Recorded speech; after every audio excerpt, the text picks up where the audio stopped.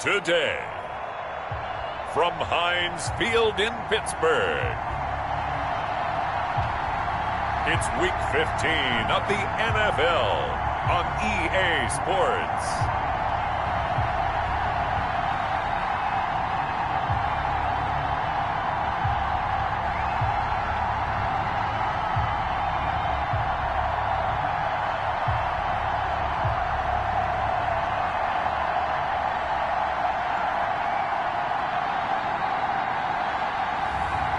It's the Pittsburgh Steelers taking on the Las Vegas Raiders.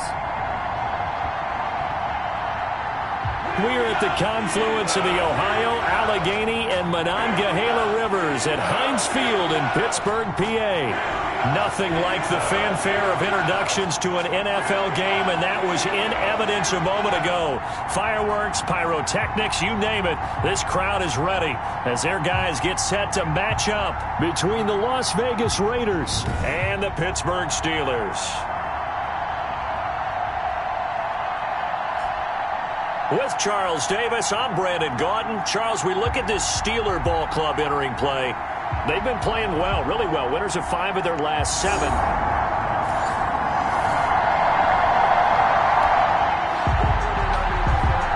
Nothing on the scoreboard, 0-0 as the offense gets ready to take over the football.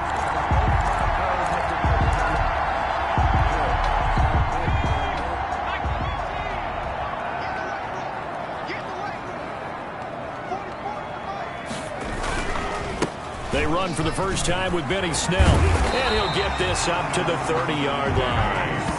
First down yardage on the first play of the drive, 14 yards.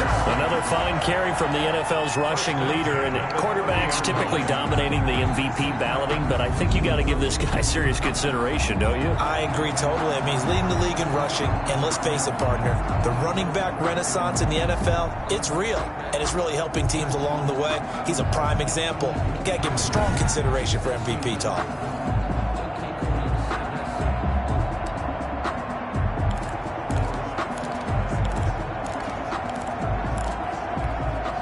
So 1st and 10 now from the 30.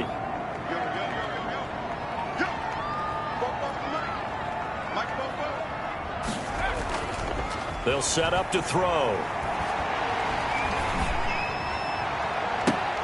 And that's going to be incomplete. Too tough to hold on to that one. It's 2nd down. Defensively here, you're facing a top 5 team in terms of points scored in the NFL. So when they're that high powered, you've got to find a way to hold them under 20, because to me that's the magic number. 20 points scored gives yourself your best chance to win. So if they're up around 24, 28, 30, they could be in some trouble. And I think so, because then you turn it into a shootout, and that means your offense has to keep pace. A gain of 28 yards there and give them a first down. They've got good playmakers on the offensive side of the ball. I don't know what happened last week to really hurt their performance and hold down their production, but I would dare say that this week in practice, there's a lot of talk about how they're going to increase their proficiency. Yeah, that was a good start, getting the playmakers involved. You mentioned that to me pregame. That's what they did there. Yeah, I think a lot of people think the coaching staff really gets on them, and that's how they motivate them. Most of these guys are self-motivated. They have a lot of pride in their performance.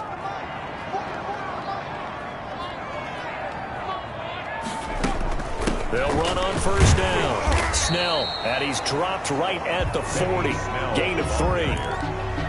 Yeah, I don't know if it's exactly a win-win, but if you're on offense, you'll take that kind of a run, all right? It was kind of stacked up, found a little bit of yardage, and frankly, they're pretty close to staying on schedule on offense. The playbook is still open for the coordinator. The throw over the middle, taken in. And he's going to have another first down as the tackle comes at the Raiders' 23. Oh, that was a pretty route right there, because it's all about finding a window on a route like that. He lined up on his left, ran the deep in route over the middle, and the ball was right where it needed to be. Really good trust between quarterback and receiver. Really good completion.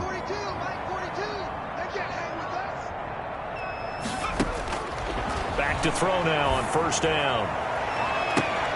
And he's going to look that one in one-handed. What a catch for the touchdown. Touchdown, An ideal start for them, really. You force the punt, and then you go down and score. And you've got to see a fist pump on the sideline from the head coach, don't you? Because he's turned into his bench, and he's telling his team, this is how we prepare. Force the punt.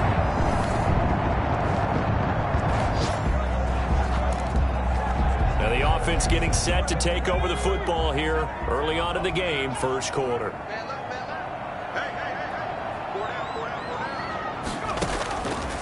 They'll drop to throw. The completion good. This is Eric Ebron. And up to the 35 before they're able to knock him down. That's good. The numbers from last week's game for Ebron. 4 catches, 57 yards. And most teams mark down big plays as ones that gain 10 yards or more. He certainly has big play ability, and we just saw it on display.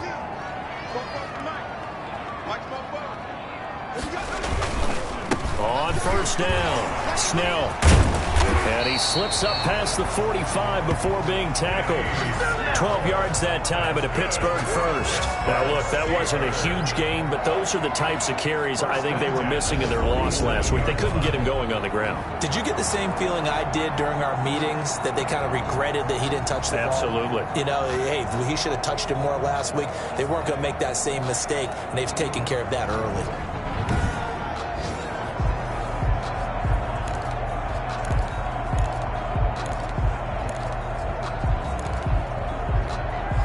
Back-to-back good plays have them on the move on first down. Let's go, P, let's go. Hey, let's get there. Looking to throw.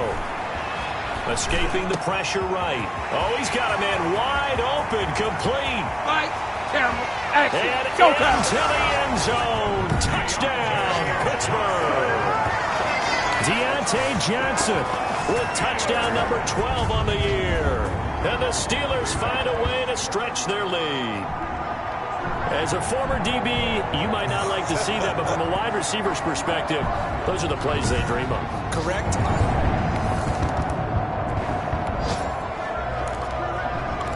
The offense set to take the field here as they have the football in the final minute of this first quarter.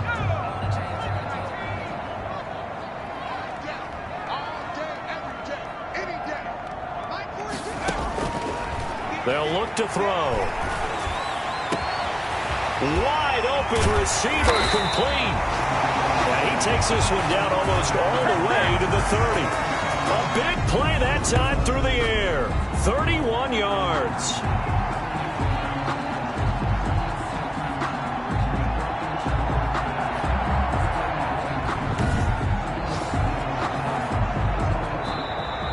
That's the end of the first quarter. 13-0 is the score after one on EA Sports.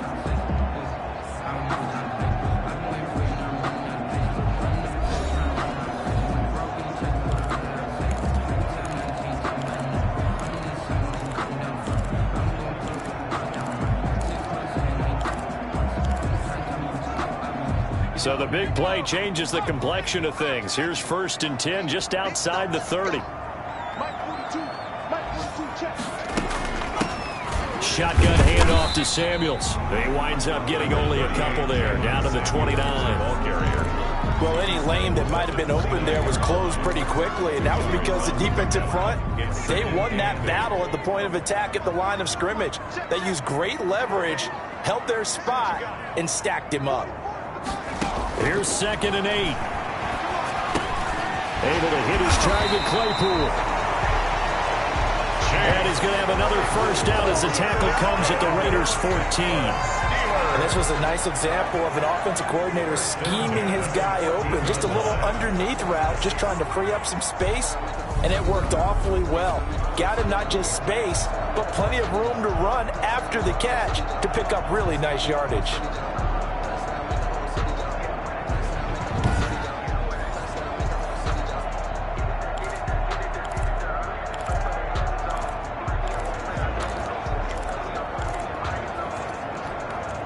Here's a 1st and 10 at the 14-yard line.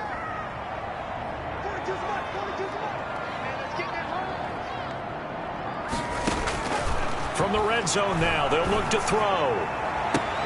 And this will be caught by his big tight end, Ebron, for a Steeler touchdown. Touchdown, Eric Ebron, his 6th touchdown of the season. And the Steelers, they broaden their lead. So simple math here in the first half. They've had 3 drives offensively, and they have scored every time, and they've got the lead. Well, whenever we talk about adjustments, we usually talk about an offense making adjustments, right? This is all about the defense.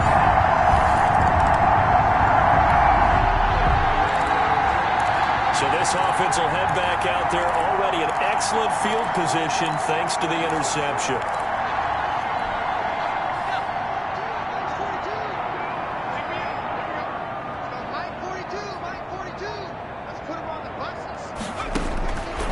They'll come out throwing here to start the drive.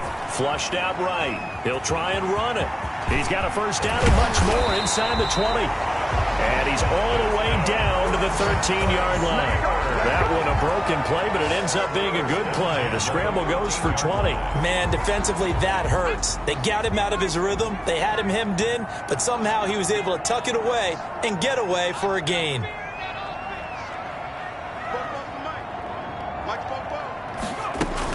They'll run on first down. Snell. Give him 5 on the carry there, and it'll be 2nd down. And that's exactly what you want on a first down run. Pick up 5 yards, bring up 2nd and 5. The defensive line, though, they've got to figure out a way to out-leverage the guys up front because the offensive line is winning at the point of attack. The first down run got 5. Here's 2nd and 5.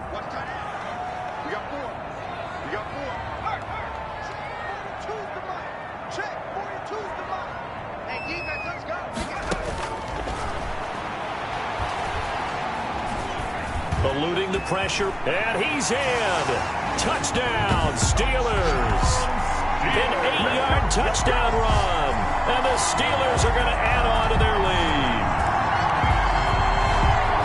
Not the first time on this drive we saw him take matters into his own hands, and this time he finishes things off with a touchdown run. You're not going to be happy with me, but I think he took matters into his own feet.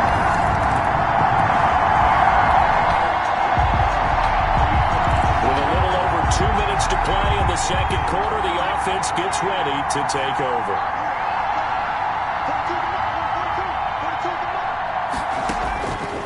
Now a shotgun snap as they'll look to throw. And a quick throw here, that's complete. And way up past the 35 before he's taken down.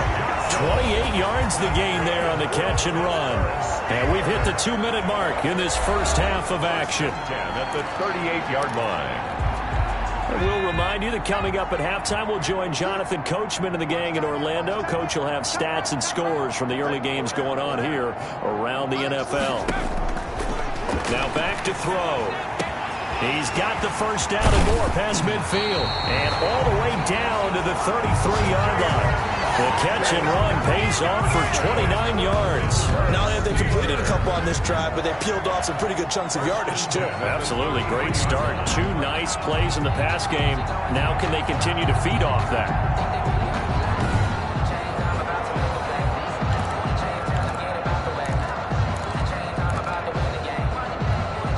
So they'll come up 1st and 10 now from the 33.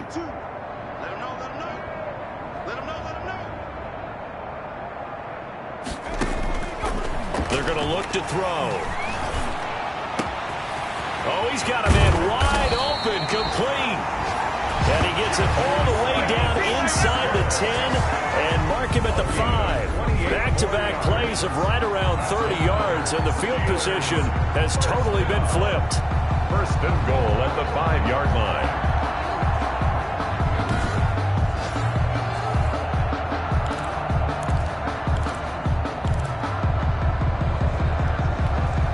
A chance to really cap off a big first half here as they come up on 1st and goal.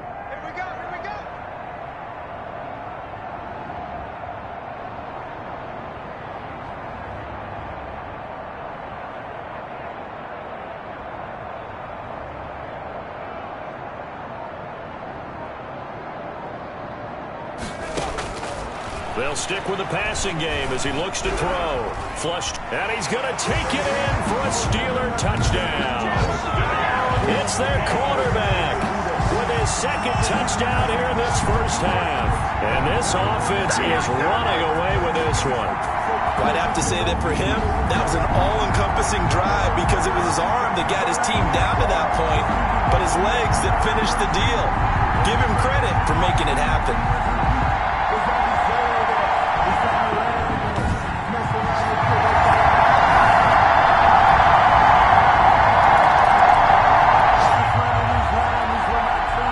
So we are in the final minute now of the first half as this offense gets ready to take over.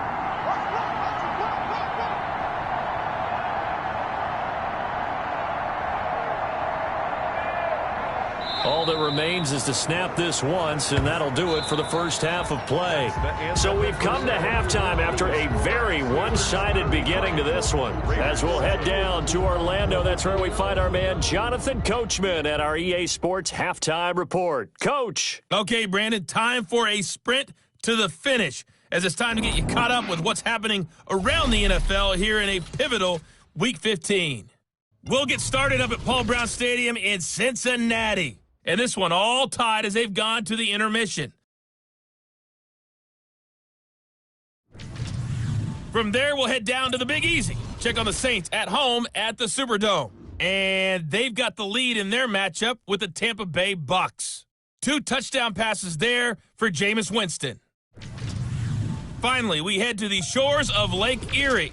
See what's going on with the Cleveland Browns. And they have the lead in that one over the visiting Lions. Odell Beckham, a touchdown reception. Meanwhile, our game has been a boat race. Very one-sided to this point. And for the call of the second half, let's get it back to our commentating team of Brandon Godden and Charles Davis.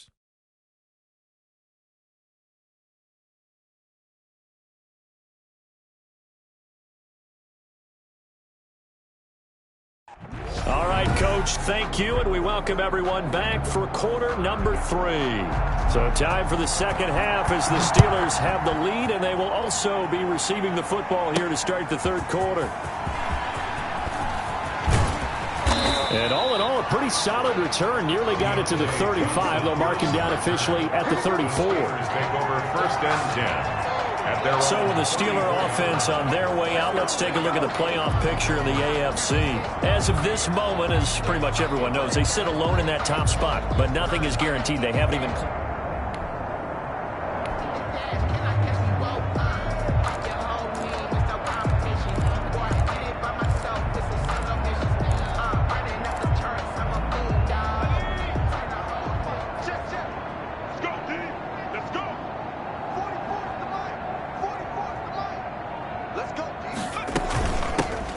First down, Snell.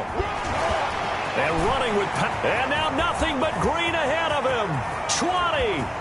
And into the end zone. Touchdown, Pittsburgh. Benny Snell. His 19th touchdown now of the season. And this Steelers offense is running away with this one. I know I should keep the focus and the spotlight on the hero that just scored, but tackling's been an issue for this defense all game long. I can't set that aside.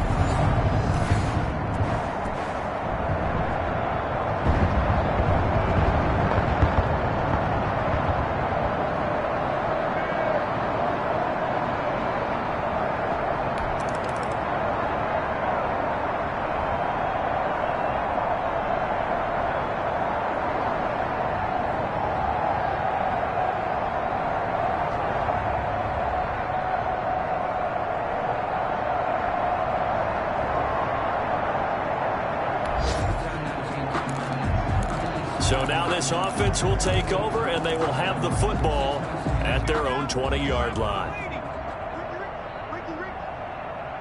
Mike 42, Mike 42. They'll try and start this drive in the air. Johnson with a completion over the middle. And they'll get it all the way up about 5 yards shy of midfield. 25 yards that time. And with that last play, he's now up over that 300-yard mark. And in today's NFL, it almost feels routine. And I hate that when you talk about a 300-yard passing game. To me, 300 yards still signifies excellence, and he's achieved that in this performance.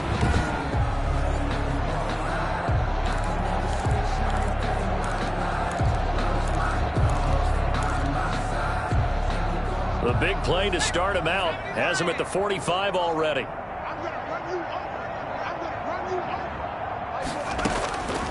Now they'll throw here out of the gun.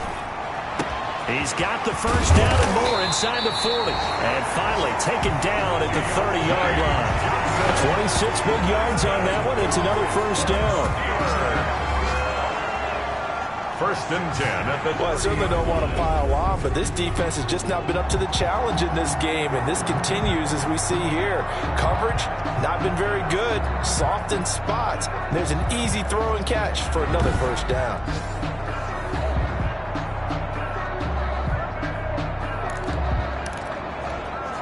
So first and 10, and if they score on this drive, might have to start digging in our second half blowout material.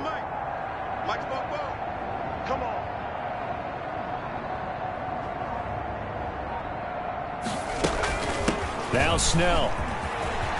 And down inside the 15, shy of the 10. This game not quite as good as the last, but still over 40 yards between the two. Would you say this offense is locked in right now? They're having no trouble on this drive. What is it, 3 plays, 3 first downs? Yeah, you talk about on the march.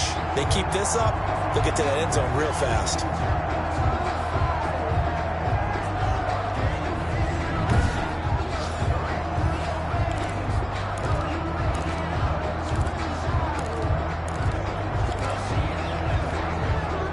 Now a first and 10 at the 11.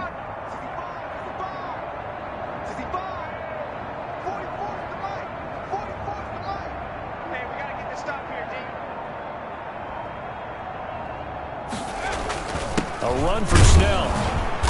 And he'll take this one inside the 10, down to the 8. Give him 3 on first down. It'll set up a 2nd and 7. A 3-yard pickup brings up 2nd and 7 at the 8-yard line. Mike 42, Mike 42. Oh, get him, get him, get him.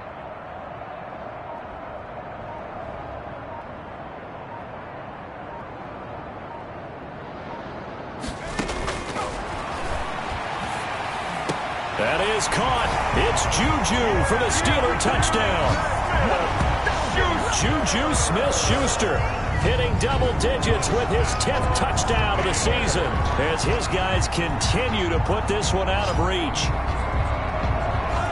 A lot of people might call this backyard football. Sometimes just understanding.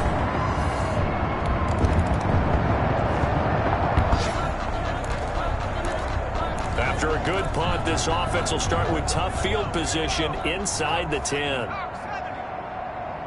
Go. Bobo's the Mike. Mike's Bobo. I got you, boy. I got you, boy. They'll run on first down. Snell, and he'll take this one up to about the 13. The ball carrier. Call it a gain of 4 on first, and that'll make it 2nd down. Well, at the end of all that hitting and hollering, it was a 4-yard run, so the offense is going to go back to huddle and feel pretty good about themselves. Defensively, you have to feel okay because you didn't let it turn into a bigger run, but the goal, shut it down for 2 yards or less. That's when you start to feel good about yourselves. Mike 42. Mike 42. Check. Check. Mike 42. Here we go. Here we go. Check smash. Check smash. 2nd and 6. And he gets this one just shy of the 35 to the 34. No one there to help out downfield, but no problem. Scrambling for 22 and a first. Now, that was a whole lot of open space out in front of him, wasn't it? I'm telling you, Brandon, when things are going right, they are going right. And everything has been going their way for the most part. I saw that lane start to develop. Boom. He took advantage of it.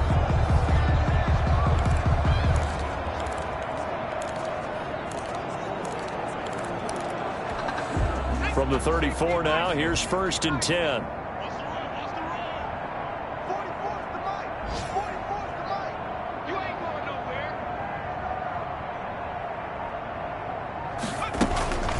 On the handoff, it's Snell. And able to get this one across the 45 before he's brought down.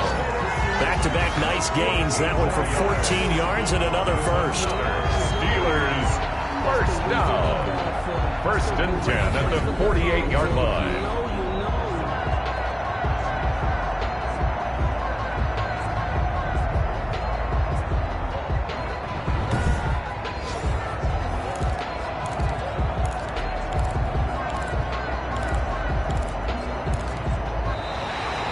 marks the end of the third quarter. And that is going to do it for this third quarter of action. You are watching the NFL on EA Sports.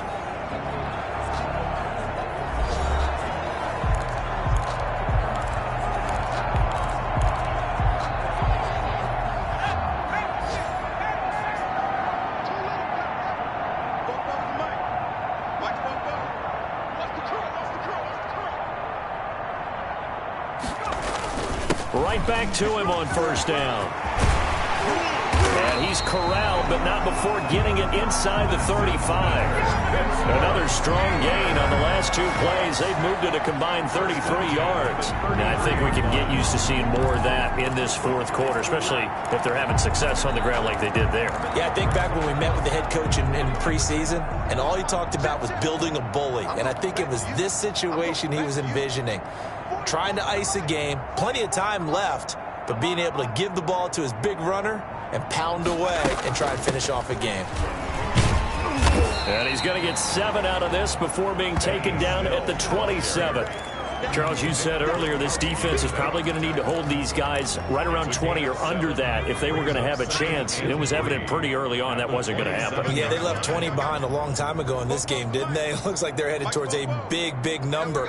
But 20 was the threshold because that kept them in the ball game and kept the pressure off of their own offense. And they'll work it inside the 15-yard line before it's all said and done. A gain of 13, it's a first down. Oh, that's one to warm the hearts of all those old-school football players, isn't it? Tough, hard, gritty run, got behind his pads, bowled over a few people. Look at that one, right up the gut. Saw it through 3 quarters, no reason to lighten up now.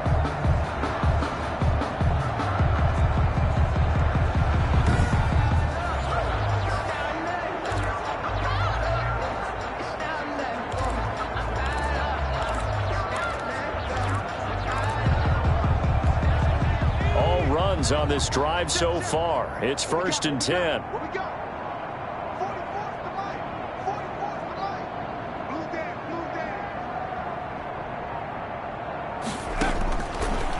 Now they'll switch it up here and look to throw. This will be caught at about the 6. And the stop will come inside the 5 at the 4. That one good for 10 yards. And it'll be 2nd and very short. Brandon, perfect defense in this situation would have meant that there was an incompletion. They would have picked it off. Okay, so they gave up the completion. But I really enjoyed watching how the defense stayed in sync, stayed in great communication. And as he dragged across each zone, you see him pointing, communicating. There he is, and they passed him off to each defender. Ended up making a nice play, even though it was complete.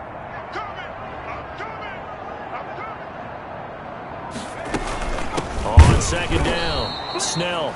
And a good job by the Raider defense yet again as they drop him for a 2nd straight loss. That's a really alert defense there because they saw the heavy look come in from the offense, countered it with extra linebackers who brought a little bit of speed and heft, and able to really make a big-time play for their defense.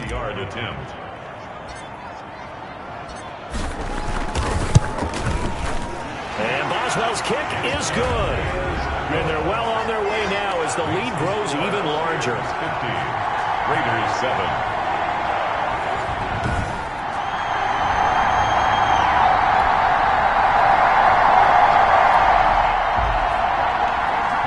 Now following the field goal, what can this offense do? We're about to find out.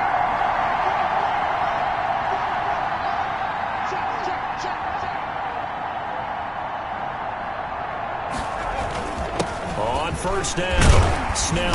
And he was able to shed 1 tackle but could not get away from there. Carl Joseph up from his safety spot to make the play. Brandon, 5 yards on that run. Let's get back to the huddle and make sure if you're a back, you spend time with your offensive line and give them credit. Hard to move those 300-plus pounders at the line of scrimmage, and they did for a significant chunk of yardage. So the Steelers with the football as we get you reset. And let's see what they've come up with offensively after having time to talk it over. Here's Snell yet again.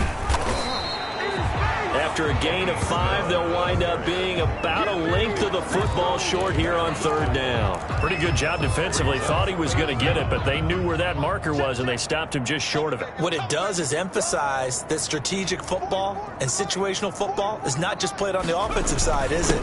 Defense understanding, as you noted, where the first down marker was and making sure they didn't get there. And he will have a Steelers first down as they're able to get the 3rd down conversion. The Steelers picking up 15 yards there at a first down. Well, you know me, partner. I never tell them to back off of being aggressive, but sometimes you see the consequences when you're overly aggressive and you don't secure tackles. Guys break through. Trying to sell out to pry that football loose, and just as you said, cost some yardage. Yeah, you got to go get him. Stand him up first before you go for the ball. Don't just go for it initially.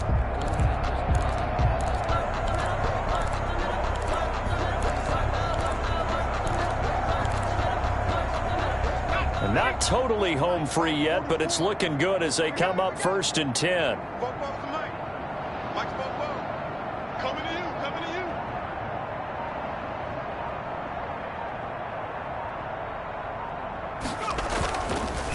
Now a give here to Snell. Corey Littleton there on the tackle. Well, on every play call, you realize it's not going to go for a touchdown. So a lot of your calls are setting things up for maybe later in the game, trying to establish the inside run with toughness now. Hopefully get to the perimeter later, and let's face it, you could do worse than a 4-yard run on first down.